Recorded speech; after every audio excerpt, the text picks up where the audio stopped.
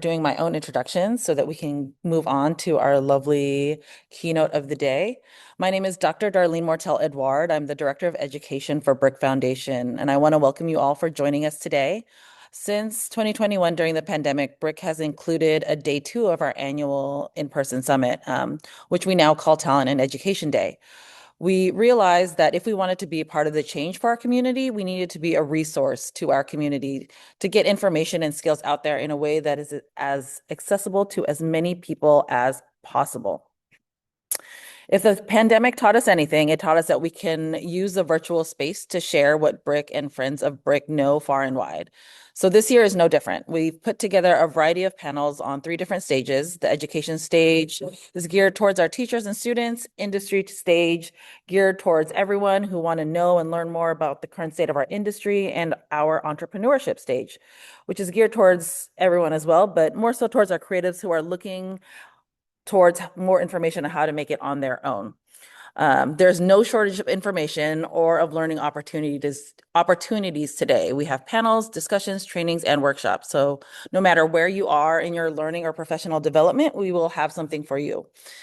Before I pass it on to the keynote, I want to thank all of our wonderful sponsors, some of who are speaking today, such as Wacom, Leica, Skydance Animation, and First Entertainment Credit Union.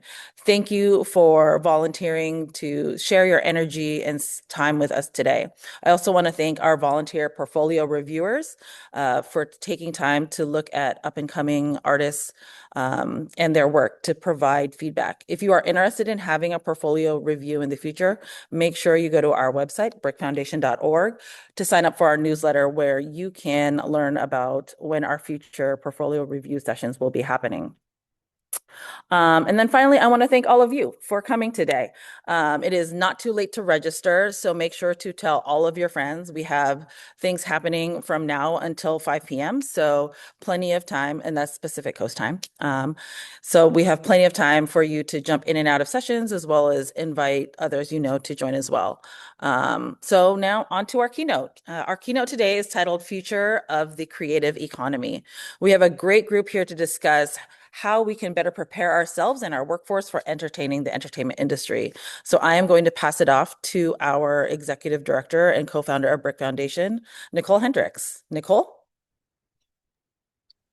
Thank you, Darlene. Hi, I'm Nicole Hendrix, Executive Director and co-founder of the BRIC Foundation. I would love to invite us to the stage. So I have the pleasure of interacting with these humans and getting to ask them all of my questions about the creative economy and what they think it means for our community. And just, I wanted to share the random conversations that I get to experience with all of you because I think all of these humans are some of the smartest people that I know. And I'm just really excited for this conversation. So it's going to be, not everybody believes the exact same thing, but I think that discourse is really important when we're talking about the future. And with that said, if we can just maybe go around and introduce who we are, I'm going to start with Maureen. Hi, I'm Maureen Fan. I'm CEO, co-founder of Baobab Studios. We are a transmedia animation studio led by Eric Darnell, the director of all the Madagascar films, and also Osnat, the producer of Moana. And we make anything from Roblox games, Fortnite games, to film and TV series, and also digital comics. Wonderful. Danny? Hi, my name is Danny Lynn. I work as a storyboard artist in the animation industry. I've worked on shows such as Fiona and Cake, Adventure Time Fiona and Cake, We Bear Bears, OKKO, Let's Be Heroes, lots of children's animation. And as of this past December, I was sworn in as the president of IATSE Local 839, the Animation Guild, which is the labor union that represents across the US over 6,000 animation artists, writers, technicians, and production workers. Congratulations. Karla? Good morning, everybody. My cat. Good morning, everybody. My name is Karla Ortiz. I am a concept artist, illustrator, fine artist, and now most recently an art director. I work with companies such as Universal Studios, HBO, most notably from my time at Marvel Studios, where I got to work on projects such as like Black Panther, Guardians of the Galaxy, and most notably my work on designing Doctor Strange. It's lovely to meet you guys here too. Wonderful. Arif? Good morning, everyone. My name is Arif Gursel. I am a left brain, right brain creative technologist. I've spent many years working across big tech, focused in creative economy work from companies like Microsoft, Netflix, Google. In the last 5 years, I've been leading a creative and creator economy focused agency that helps both creators, venture backed startups in the creative economy grow and scale through fractional leadership.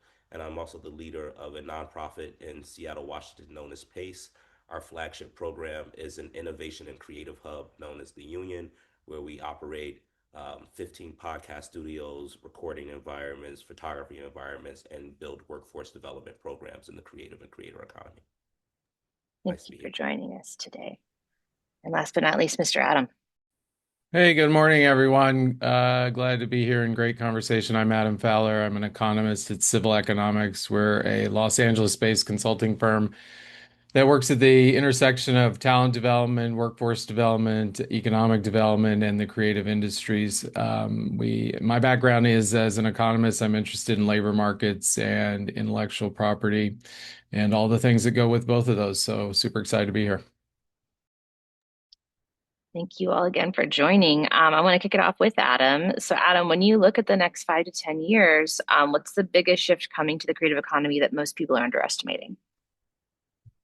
Starting off with the easy ones. So where we sit, I would say it's the continued, I would say, decline or collapse of the employer-employee relationship as the default mode of creative work. That's not necessarily anything new. It's not that none of us have seen that happening. In fact, we have, and it's been true around a number of sectors. I say underestimating, or your questions about underestimating, and I think for me, I do think we're underestimating it. At least as it relates to probably our training, education, and other workforce pipelines.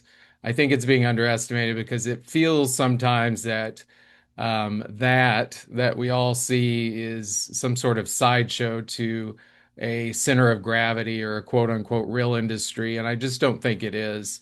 Um, I had the opportunity to present on Friday at the industry set of stages, and one of the things I continue to point out is, as an economist, um, our first order question is, where is the money actually going? That's usually a good starting place to understand anything you're trying to understand or map out. And the first thing I think about is in 2024, YouTube paid out roughly $32 billion to creators. And so, if I put that up against Disney, Sony, any of the big legacy studios, or other kind of folks that are spending on content, that generally eclipses them.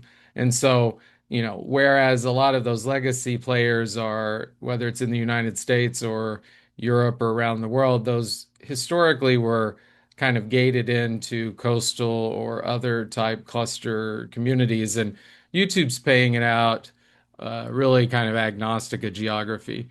We're starting to see short drama apps, for example, that are generating revenue, generating eyes, not only in China, but slowly making their way around the globe. And so it's not that money is disappearing, it's disappearing from certain types of entertainment. Both the consumer is changing their behavior, and the entertainment itself is losing money, but it's just being rerouted to kind of other platforms, other uses of time. Um, and I think it's both scary and kind of empowering. It's scary if you live in a place where that employer-employee relationship is how most of social welfare is determined. This isn't just a problem for the new creators that are coming up in the career pathways or pipelines. Even our legacy labor institutions, my friends over, for example, at the American Federation of Musicians, labor unions are a function of an employer-employee relationship. it's great. If you work at the symphony where there's someone to hire you, if you do any other sort of like music work in the way most of us consume music, that whole labor infrastructure starts to have real problems. And so while I think we code different institutions as left or right, or, I think this is a challenge that really kind of cuts through a lot of our traditional thinking of who's on what side and where the solutions are necessarily going to lie. And so that's why I think there's both opportunity, both to create new institutions, but it is the size of the challenge, just because there isn't anybody necessarily, the historic gatekeepers. I mean, if you really step back and think about how things used to work, you really relied on a number of gatekeepers. And you don't need those as much anymore. And, if I think about like film or television, you wrote a script, you impressed somebody, and you can kind of take this out to any creative activity, but you did a thing, you impressed a gatekeeper, some version of getting greenlit. The audience showed up after the work was done because the distributor like figured that out. You really didn't, the studio didn't really know about the audience. The distributor did a lot more. So I think today what's interesting and is that really audience development is kind of where a lot of all of it begins, and that's really kind of the inverse if you think about it. Hmm.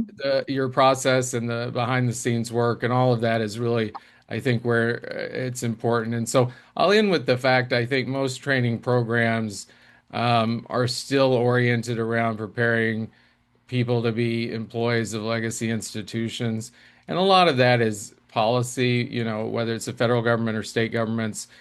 They want to talk about how are you putting people in jobs, and therefore everybody curates everything downstream of what the funder, whether that's philanthropy or government, says you need to show. And thinking about it that way, I think, is going to be continued to be outdated. And so I, there's a ton of things that spin off from there, but those are the things that kind of stand out to me at this moment in time. Thank you for that. Um, Karla, do you have anything to add? And also just kind of from the perspective of the creative as well, like instead of like the macro, how can creatives make sure that in these changes they're maintaining power? So there's a lot of multiple ways and a lot of different strategies creators can employ to be able to maintain their voice and power in this moment. Um, right off the bat, I'll lift about like four, ways that they could do it. Number one, of course, use legal means. We can't sleep on our, tools that are available to us legally to be able to protect our works. I'm talking about copyright. I'm talking about, you know, basically just making sure that like our contracts are solid, really read your contracts, make sure that you push for the things that you want. Another fantastic tool is if you are in one of those standard, kind of like work environments where you work at a company or something like that. We're living in a time where more people are joining unions, and unions are a really, really great way to like organize and be able to protect your interest as a creative, as a worker. However, if you like, let's say, are freelance or something, copyright is fantastic. But I think a great thing to also do to kind of protect yourself is also to diversify, you know, not be known as like, oh, I only work in film.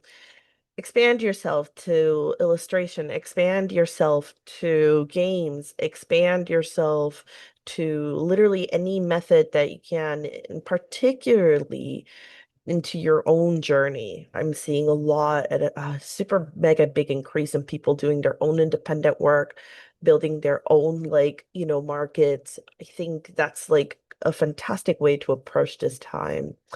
Last 2 points that I would say is I think it's really important for people to protect their brains and their inspirations. There are studies that show that unfortunately, like, you know, newest technology like generative AI and so on, they do impact how our brains, work. They lessen our certain cognitive abilities. And so one of the things that you want to do is that everything that you outsource, you could potentially lose. So make sure that you protect your brain. You're really, really critical in what you outsource versus what you do yourself. And for creatives in particular, this is the time to fall in love with craft. We're living in a very difficult time, just in general. Um, and being able to sit back and really sit with yourself to why you do the things you do, uh, it's a really important question to ask yourself. And the answer to that, can be so many different things, but you should add to that answer that this is something that you absolutely and undeniably love because it will take you many places. And also because we need that. We need more people to that deeply love craft. We need people that deeply love art. Now more than ever, we need that human connection. So yeah, that's four different ways. I love that. Thank you. And I agree with you. I feel like you found your purpose when it's going to explode out of you if you're not creating, right? And I think everybody on this call has that feeling. So Arif, what are we getting wrong as we are talking to all those young people in the crowd today that have that feeling, that are doing their craft? What are we doing wrong when it comes to preparing them for careers in entertainment? Wrong is a strong word, and I debate with it a lot. I think there's just such a massive shift happening across our industries right now. And what makes education is that it's standardized, right? Is that it's accredited, it's standardized. If I train in this thing, I think Adam kind of already mentioned it earlier, right? Like we're still training people for legacy industries that no longer actually exist and work in that manner. And I just we're in this time where if you're following AI tools, if you're following technology, not just AI, if you're following platforms that are out there, it changes every quarter about who's the leader and what is what and how do you do a thing. And I was having a conversation last night with a very notable music producer, and where we got to in that conversation is that this is a time for creative entrepreneurship. And in that, though, there's this balance of like what Karla speaks to of like skill development still has to be there, but you also have to carry so much more, right? And if you think about um, a jazz player 60 years ago, like Miles Davis just had to be a great horn player, right? Like you could wake up every day, just spend 18 hours a day just mastering your horn. And there was an industry around that, whether it was an agent who was going to rob you, a manager who was going to rob you, a label who was going to rob you, right? Like these gatekeepers, but there was a system around that at some point in time out of that funnel trickled out some wealth for you, right? And some form of accomplishment. As we watch those things go away, as we watch labels disintegrating, you don't have marketing departments, you don't have strategy, you don't have biz dev. You now have to carry the mastery of your craft as well as the business and entrepreneurship that goes and pushes that craft to the consumer. And that's a cognitive load that a lot of people just can't carry. And I don't think um, we're in a world where more people are expected to do more, but they are not actually equipped with the skills across finance, marketing, branding, and the mastery of their craft. It's one of the reasons, I started my agency was being an executive at YouTube, watching these payouts that Adam speaks of, talking to some creators and going, okay, you feel almost like lotto winners, right? Because now you're starting to make this revenue stream, you're monetizing it, but you don't actually have the skills to how you go multiply that. So you're always going to be dependent on the advertising cycle of a platform, or can you go out and cut your own brand deal and find your own community, build your own audience, learn how to market to that. That's where that monetization kind of exponentially takes off. And I just don't think a lot of people are prepared for that. So I think where we find ourselves is that education institutions, those of us who focus on workforce development, economic development, policymakers need to start thinking with a more innovative lens, right? You can't just conserve this world that used to be. You have to start thinking about like, how do we create platforms and programs that help train people for the world that is coming? And oftentimes the people who make this policy don't understand the world that's coming. So it's just it's a really weird place. I don't know if it's what we get wrong. I just think there's this the next couple of years are going to be very turbulent.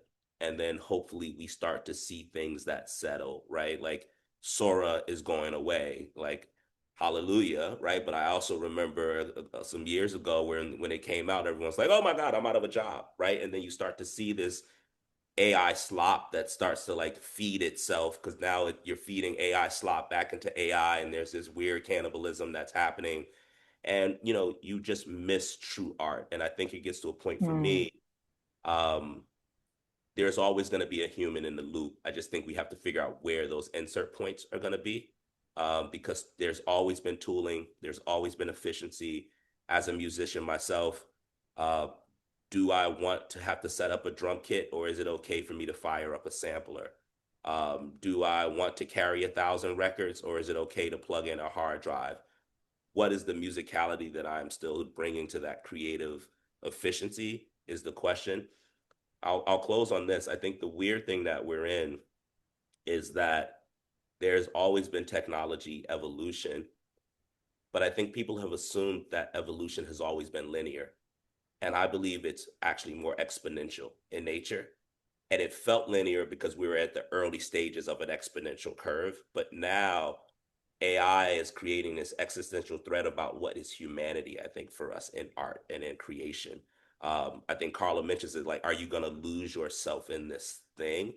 And I personally like to call it artificial intelligence because I want to remind my brain that this isn't real and humans are always one step ahead of it, right? It can only kick out what we feed it.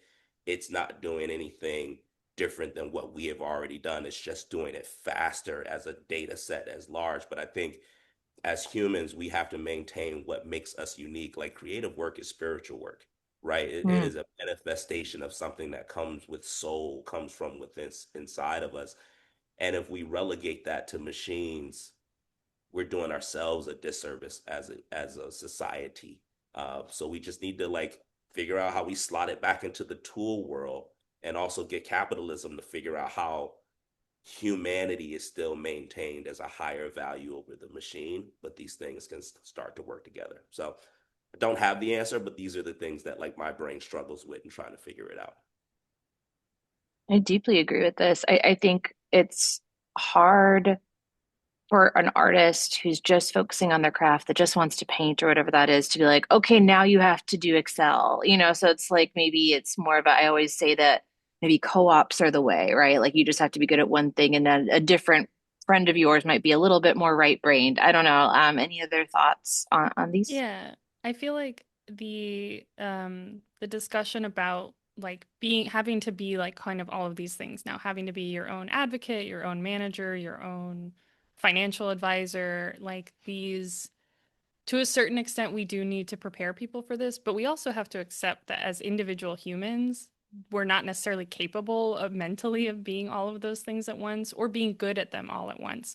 Um, and that we don't necessarily have to live in a world where we are all of those things at once. And I think what's important, maybe it's not necessarily a misconception, but if you haven't been in a labor union or something similar to it, it's so much more than just, a contract with an employer. That is obviously like kind of the bedrock on which we build, but it's also a community of people. Like that's how a union starts, is just two people talking to each other, that then becomes four people, that becomes eight, and then you all decide together what are the things that we're lacking, what are the things that we want to see in our workplaces, in our lives, and then you discuss that. And that kind of, what I see, at least within the Animation Guild, is members not just sharing, concerns at the workplace, but sharing, hey, here's who I use for my entertainment lawyer, or here's this class that I took that helped me get that additional edge on kind of how I operate in the industry. So it's also kind of this crowdsourcing of problems. Like you're taking a systemic problem which cannot be solved by an individual. You have to come up with a collective solution, and that means that you have to talk to people. And so whether or not you're joining an official labor union, like a 501c3 nonprofit labor union, or if it's just a group of people, they're essentially coming from the same thing, and they have uh, maybe not necessarily the same legal power, but the same power in talking to each other and in sharing resources and in sharing communication. And So I feel like that is really, really important for people to realize that you don't necessarily have to join a labor union to get the benefits of being in a collective. You're already in the collective. It's just about you have to choose to engage with each other and start helping each other.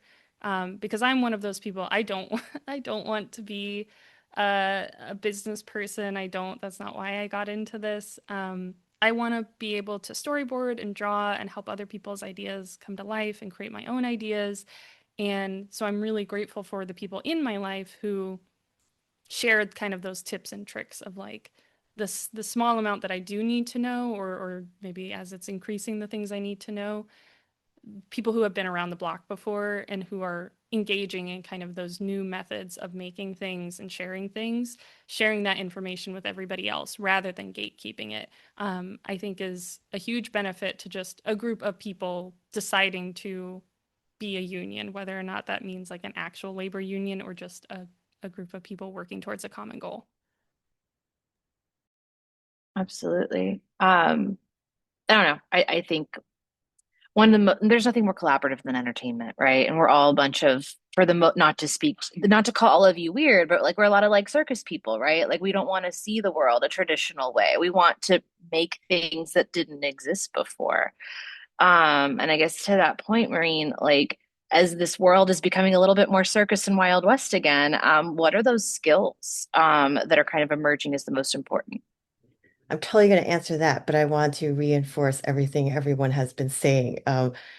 Danny, when we were doing a prep call for this, my advice was always telling everybody, you need to learn the business skills and whatnot. And then you pointed out, why should we all have to, right? And then not everyone is like Arif, who's right brain and left brain and talented at everything.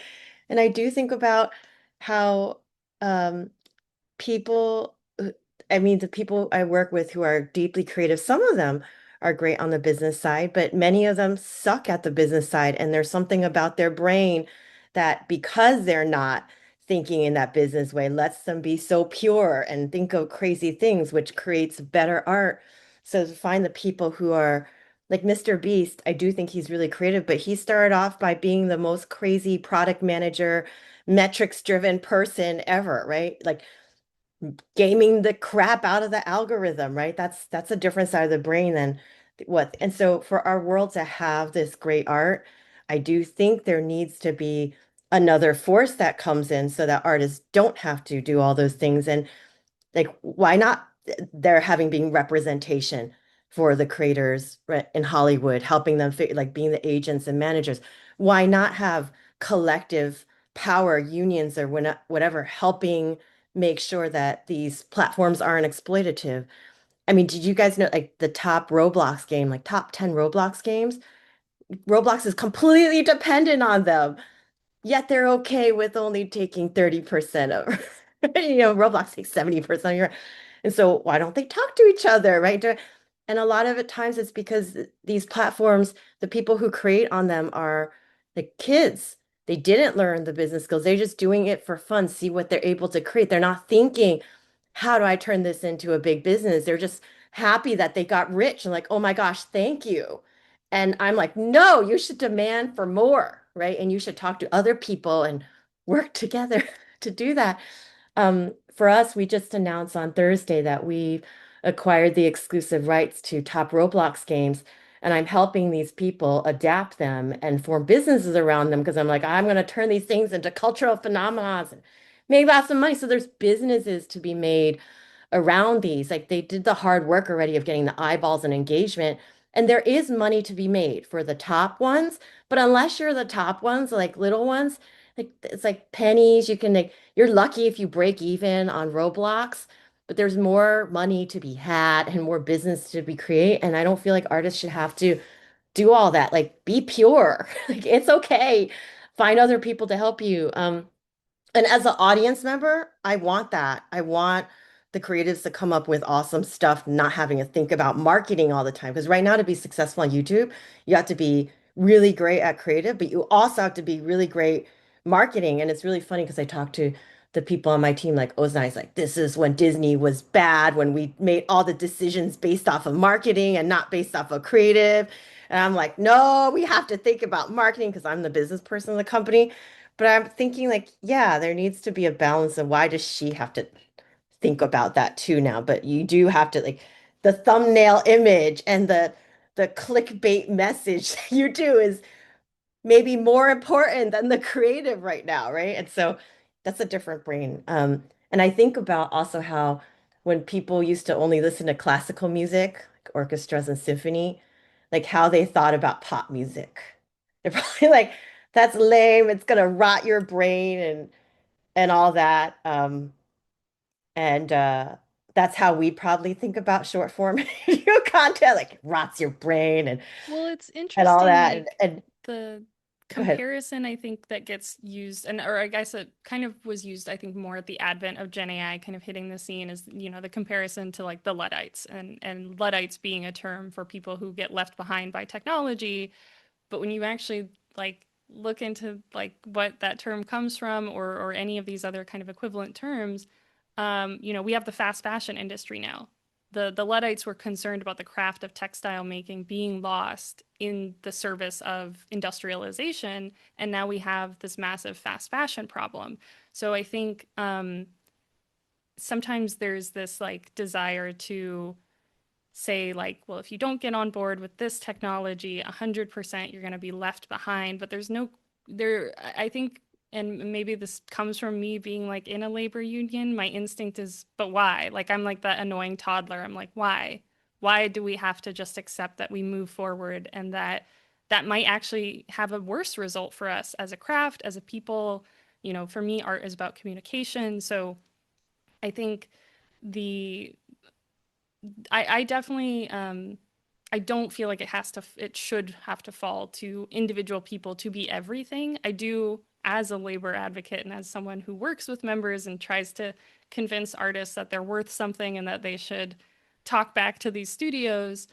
I think there has to be a balance. Like you do need to have some amount of advocacy for yourself because that will also help you advocate for others, but we have to write the scales. Like that's sort of, in a perfect society, we wouldn't even need labor unions, but labor unions are a tool by which you can kind of write that scale a little bit. And I think on the point of like marketing, and it's sort of like an abandonment from the legacy studios of their job. Like their job has been historically to market and to turn the profit off of the creative work that is, that they commission or contract from folks like us. And even before generative AI and before kind of this industry paradigm shift, friends of mine who were showrunners for very, very popular shows at Disney Television and Cartoon Network were essentially having to market their own shows because the studios were not investing the resources into marketing or merchandising these shows in the way that they were supposed to be doing. And so I think it's interesting now that you see in kind of the indie models that are popping up, they're super merch focused and they're super marketing focused. Like Glitch Productions in Australia with Digital Circus and with Knights of Guinevere, like they are essentially on a much smaller scale repeating the business model that we knew worked. It's just sort of that the studios sort of decided like we don't do that anymore for whatever reason, and they took up the mantle. And so it's kind of like it almost feels like sandcastles being built and falling down and kind of, but it's repeating the same structures in sort of an interesting way. And I think the more that we as artists can recognize the cycle for what it is, we can then act more appropriately and figure out, okay, what is an actual technological paradigm shift and what can I use from that will actually forward the craft, and what can we maybe leave aside or leave to other industries, like generative AI is not a one size fits all kind of tool, and we shouldn't treat it as such. And I think being more aware of kind of the historical cycle that we're in is really important as creatives and also just as like people of the earth. I totally agree. And I think that's why, like, just because there's pop music, they still have representation. They still have big management companies helping them. And we should be doing this for the creators, right? I don't know why Hollywood, well, based off of Adam, the myopia, they could just do it, right? They could do the studio, they could make the YouTube series, they could do, of course, the business model is totally different, right? So for them to think about how do I make money for merch, like one of the reasons why Glitch was able to do that is because the Australian government, right, gave them lots of money and they had failures before they finally had success. And that was like years and years of like losing money. And I'm like, I love if the government would just give me money to experiment. Great. Maybe we can get the US government to do that. But there is a model, and that means there's so much opportunity for everyone on this call, as well as the artists, to be creating those structures and repeating that. But it's happening so much faster now than the old cycle because while everyone's focused on AI as the thing, I'm like, you guys need to be focused on the fact that creator platforms are cannibalizing the traditional platforms and AI. It's nice if we're worried AI replaces our job, but are people even going to want to watch the stuff that we create in the traditional formats? Like that's scary, and AI only accelerates that cannibalization of the traditional industry. So it's coming even faster, which means now is the time for you guys to create studios, right? To make the creator content and what, yeah. I like to just play contrarian on a couple of things because again, I am that left brain, right brain. So as much as I am a creator and a creative, I'm also an entrepreneur and a tech executive, right? And I've built platforms and I've sought investment. And I think there's one side of it as well where I would like to see the creative industry embrace technology more as cousins and siblings versus us versus them. My formal degree is I'm a computer scientist, right? I'm a trained software engineer. You can't tell me my whole life that work that I did was not creative. To me, it's the same work that I do when I go into a recording studio and I make a song. It's the same work that I do when I'm making film. It's the same work that I do when I make software, yet it's not treated the same. And so there's, as much as creators on Roblox are not what we think not monetizing their fair share, there's another side of that where you have to acknowledge how much it cost Roblox to build that platform, the many years that they had to be in the red and seek capital to create a platform for you to then monetize. Like we're not just entitled to people's stuff because it exists. And that we have to get some reality checks around like what capitalism means in the creative work. What does it mean to have our outputs valued as an asset class to better understand how we go monetize our work, but also like this notion that you give up your rights for ease of use, but you expect everything from that. And I think one of the biggest mistakes that artists made years ago were giving up their website domains for Instagram handles, right? Like we gave up our community building power to have the ease of use of platforms that were building their own network externalities.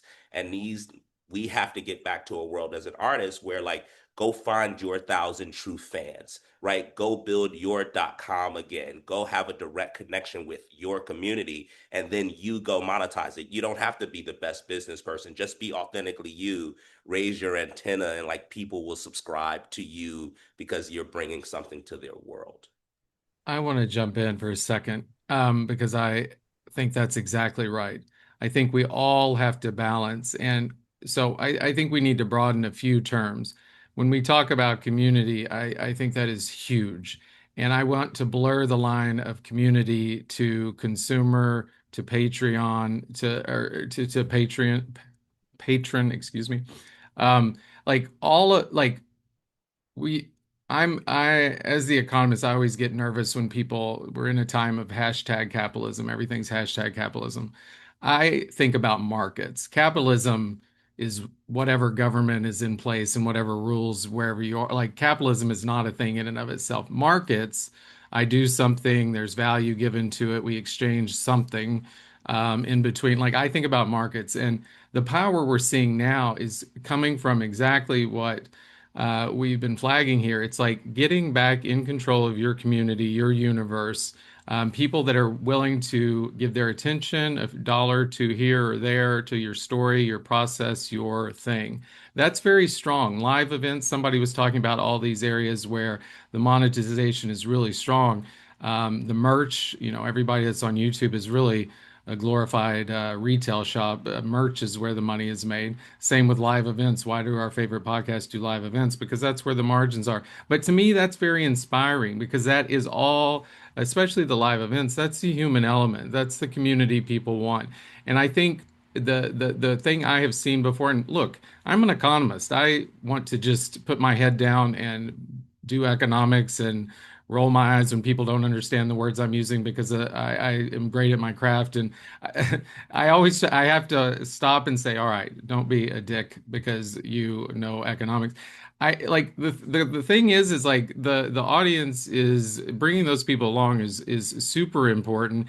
And I think for the educators on the line, one thing I've seen is over the years, somehow the arts, um, there was this movement of like I took a film class as an undergrad, and like I love film. I wasn't a film major, but I was pushed out of like participating in that class because like I did not know what French New Wave noir was. And that, like, we don't need to be doing that in the arts.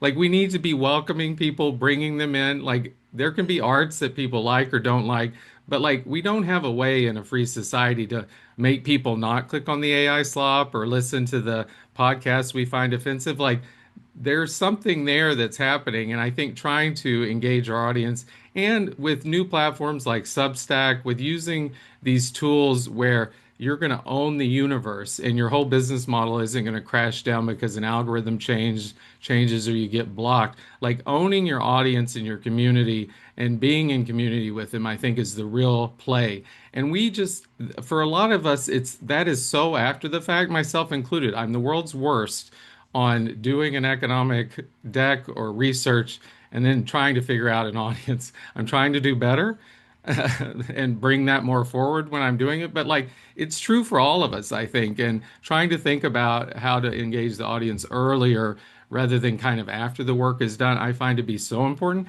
And it has it has the kind of spillover effects of like, it feels good to be in community. You learn so much, you get support, you get Danny's so right. Like there's so many things that I have no idea how to do I've gotten spillover from other people's expertise just because of that kind of community and audience. Absolutely. First of all, just the thought of you watching noir films just like blew my mind because that's like absolutely not you, my friend. There's nothing wrong with that. But I think you're right. Like the elitist perception that can sometimes make people feel uncomfortable or that it's not for them, I do think kind of created a lot of these dynamics, right? Because it's like, oh, generative AI is the great democratizer of arts and blah, blah, blah. So like I understand where the foundation of those feelings might have occurred. And I do wish labor unions were accessible to everything. Everybody knows I'm incredibly pro labor union. But at the end of the day, people need to eat and pay their rent. So I think that it is a kind of this balance of that we all do need to exist within this it's within this world that we're all living through right now. Right. And so I think that, obviously we're all doing our best and we do have each other, but if you had a high school senior right now, or well, not so much a high school senior, college senior, like internships are dwindling. Like, how can these people start their journeys into these roles that do have bigger megaphones? Do you have any advice or any hope for these? Like, any advice that is hopeful for people?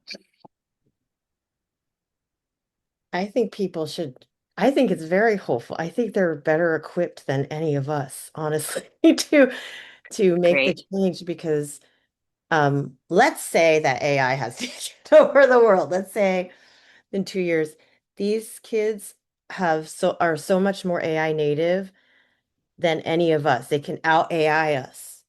And what I'm saying, okay, we just discussed how the studios aren't going to be necessarily the ones in power. But let's say they're not going to die within 5 years, maybe, but like let's say they're still alive.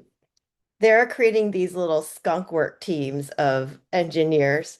So what I believe is happening, the business people are like, oh no, YouTube, my business is dying. I need to find ways to make money so I don't lose my job. Let me when they talk to creatives about they're like pitchfork, right? Because understandably. And then so like, let me create my secret little teams of engineers to do secret AI things, making tools that are completely uninformed by creative people, meaning that creative people never use it, maybe not great.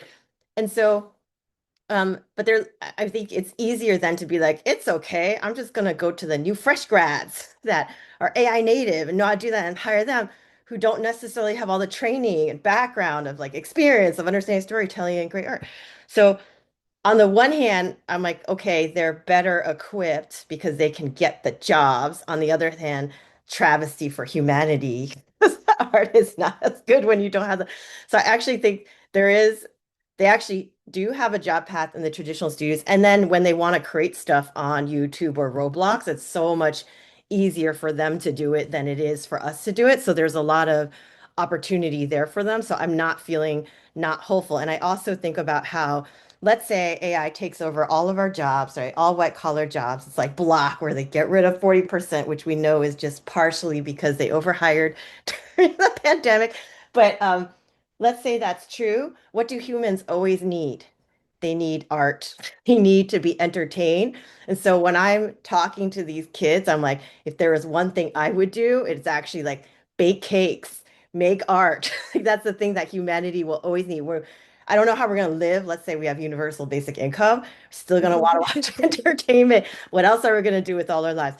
And it's something I actually do think creativity is not replaceable. While Mhm. AI can continuously be derivative, humanity is on a hedonistic treadmill, right? We got the iPhone. Now we're bored of the iPhone. What do we have next?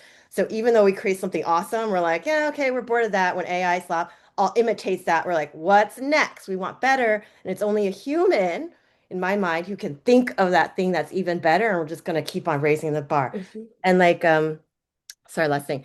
Um, Alison Gopnik, she's a famous child psychologist. She's the wife of Alvy Ray Smith, one of the co-founders of Pixar, who's my advisor. She's like, she compares the child's brain to AI. And she talks about the child's brain only needs a sample size of one, which is mom or dad, to then create like all the neural networks versus AI requires like a bajillion constantly consuming data. So the amazingness of what our brain can do, like I'm not Mhm. worried about us getting replaced. But yes, if anything, learn AI and learn some business skills. Like even if you are able to create that community, like Adam says, which is your power, you may not understand how powerful that is like Iron Lung, right? He like Yeah. nobody cared about him. He's like, screw you. I'm gonna make my own thing. Like realize you have power and don't listen because we oftentimes cast influencers like start 10 years ago when our company and they all just really wanted to be respected by Hollywood. They wanted to be in the room with the famous talent.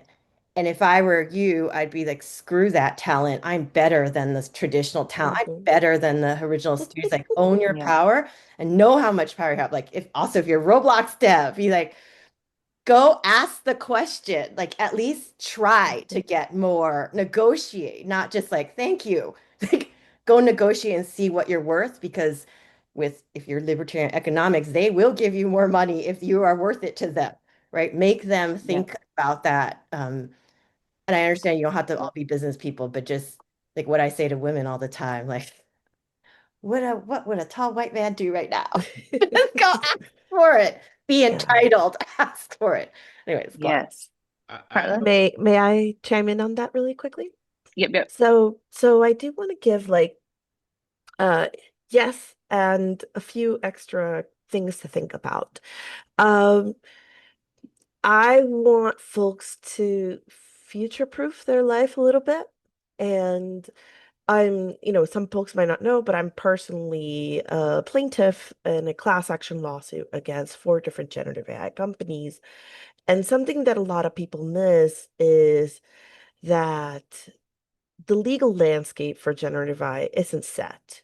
Mine is one out of, I think last I checked, about 80 some lawsuits in the US alone on copyright issues for generative AI. A lot of those lawsuits will settle in the courts or via trial between this year, next year, and 2028. We don't know what generative AI looks like in the future, because if any one of those lawsuits, or if the legal precedent is built that generative AI shouldn't have used the work of creatives without their consent, and that's considered, some form of copyright infringement, that shakes the entire equation of that industry. And that might shift what we see in the future. So some of the things that I would say more so than anything is the importance of learning foundational skills that are unmovable, regardless of what direction you go into. If it's creative, it's, and depending on what it is, if you want to write, it's good storytelling, it's writing, it's reading, it's the craft of it. And I know craft, I use craft as like almost like a other word for foundational. If it's art, anything visual, it's learning design principles, it's learning composition, it's learning how to observe, it's learning how to communicate visually. If it's, music, it's music theory. It's how to be able to put compositions together, well, depending on what kind of musician you be.